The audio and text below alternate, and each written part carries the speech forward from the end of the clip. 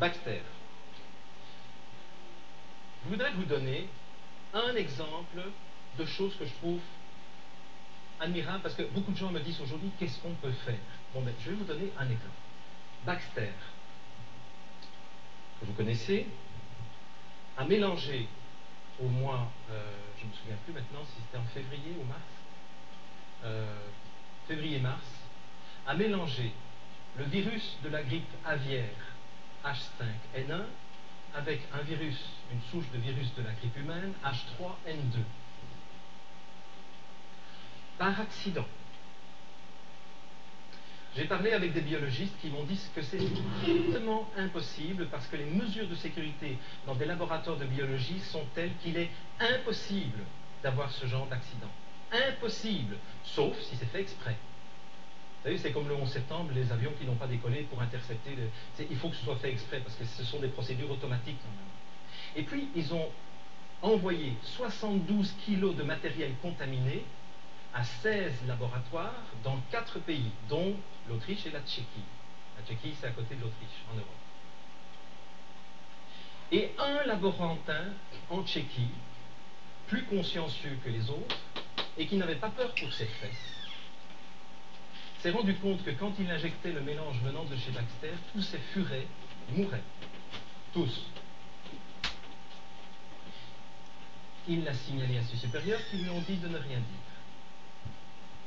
Donc il a informé la presse nationale, personne n'a voulu le relayer.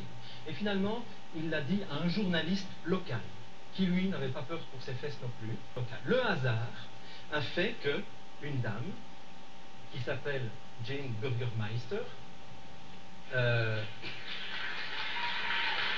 peut l'applaudir, journaliste d'investigation, le hasard faisait qu'elle habitait justement le petit patelin où cet article est sorti dans le journal local. Et elle a commencé à faire son enquête. Et aujourd'hui, elle traîne devant les tribunaux, l'OMS en cours, le CDC, le Center of Disease Control, Barack Obama, la banque Rockefeller, la banque Rothschild, etc. Et là, aujourd'hui, nous sommes des milliers, des centaines de milliers à être au courant de ce qui était en train de se préparer pour nous foutre des merdes dans les veines. Alors, si on réfléchit un petit peu à cet événement, moi je trouve ça très intéressant. Parce que regardez, sur les 16 laboratoires, qui comptent chacun peut-être 10, 20 personnes, il y a un bonhomme qui n'a pas pensé à sa protection personnelle et qui a dit, moi, il faut que je parle parce que ma conscience me dicte de le faire. Il y a un journaliste qui, parmi tous les journalistes, n'a pas eu peur pour ses fesses et pour son job et a dit, moi, je vais en parler. Jane Burgermeister a dit, moi, je vais faire l'enquête et je n'ai pas peur d'attaquer en justice Barack Obama, qui est aussi pourri que les autres, parce que ceux qui croyaient que ça allait être un renouveau, vous n'avez qu'à regarder son équipe autour, c'est la même équipe que Bush en pire. Ok? Donc, allez, finissez par croire. Je ne comprends pas comment les gens peuvent encore croire à des contes de fées comme ceux-là.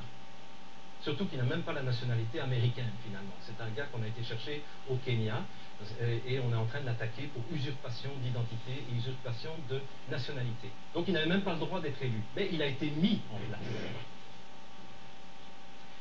Elle n'a pas eu peur pour ses fesses non plus. En France, il y a un gars qui s'appelle Jacques Paltz, qui a relayé ces informations, qui a fait un boulot extraordinaire depuis plusieurs mois sur un site qui s'appelle Artemisia College, sur lequel je suis tombé par hasard. Et du coup, ça m'a donné moi aussi l'envie d'ouvrir ma gueule et de relayer l'information. Le dernier courriel que j'ai envoyé, je pense, a été relayé à plus de 100 000 personnes.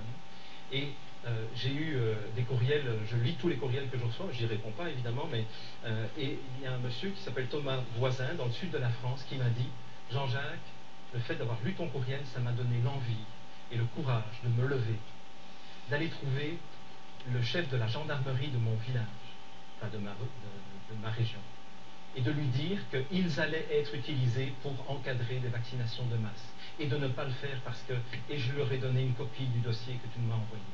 J'ai rendez-vous à la police demain, j'ai pris rendez-vous avec le maire de mon village, et je suis en train d'ameuter toutes les associations de parents.